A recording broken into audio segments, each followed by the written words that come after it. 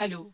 Now let's start the very important concept in the Java programming, and this is known as array. So let's understand what is an array.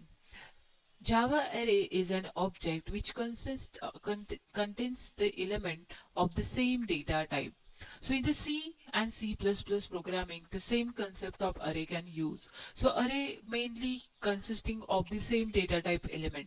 The same data type element means for example, suppose if I want to display the marks of students, so all marks will be in the integer format.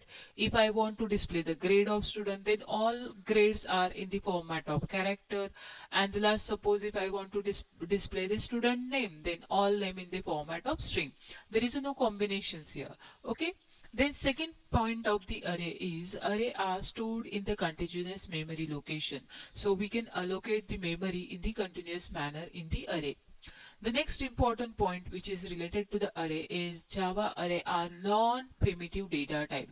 So what is the meaning of non-primitive? Non-primitive means it is not a derived data type. We know that like integer, character, float, these are a derived data type, or we can say as this is a basic data type. So array is not a basic data type, it is a non-primitive data type.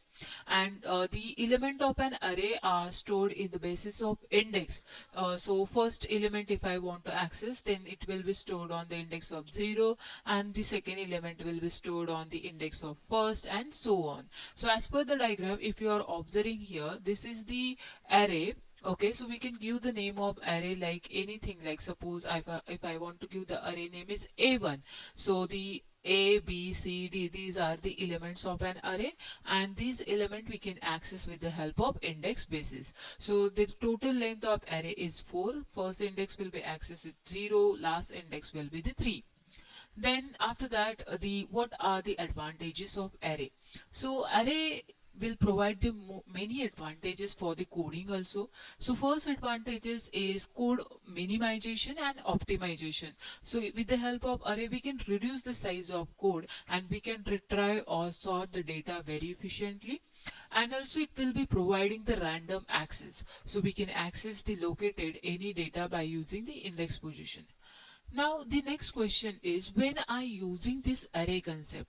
See, suppose if I giving the example, I want to print the 100 student marks. So we know that that student marks will not in the sequential manner. For example, the student having roll number 1 who having the 100 marks, roll number 2 having not 101 marks, right? This is not in the sequential manner. So in that case we can preferring the array, because in the array we can insert any marks, like suppose 100 student having the for example roll number 1 having 100 marks, roll number 2 having 105 marks. So as per your choice you can inserting that data. So in that case we can using the concepts of array. So this is the basic things related to the array. That means what is the array and what are the advantages of an array. And array having two types, the single dimensional array and multi-dimensional array. So we can learn this type on the next part.